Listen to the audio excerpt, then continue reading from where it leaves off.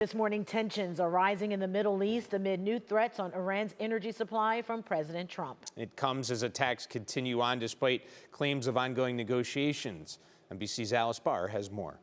New images from the war with Iran, with the U.S. military Central Command posting video of strikes on Iranian vehicles and aircraft, not saying when or where they happened, but noting they're targeting the regime's ability to project power beyond its borders.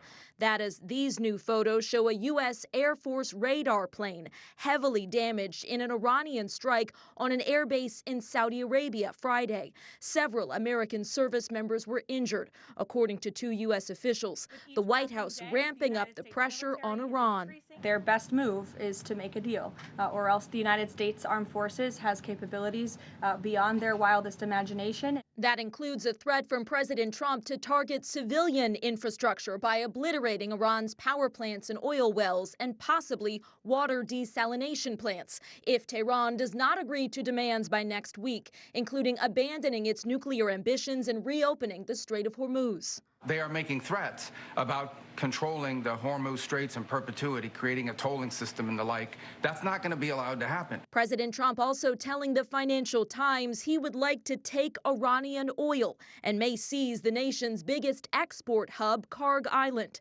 And even as 3,500 additional U.S. troops arrived in the Middle East, President Trump insists great progress has been made toward a deal, revealing one of the Iranian officials he says the U.S. has been indirectly communicating with is the country's hardline parliament speaker, Mohammad Bagher Ghalibaf. These folks are appearing more reasonable behind the scenes privately in these conversations. Conversations Iran denies are happening.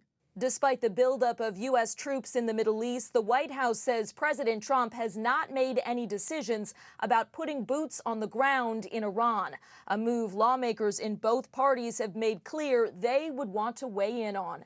In Washington, Alice Barr, NBC News.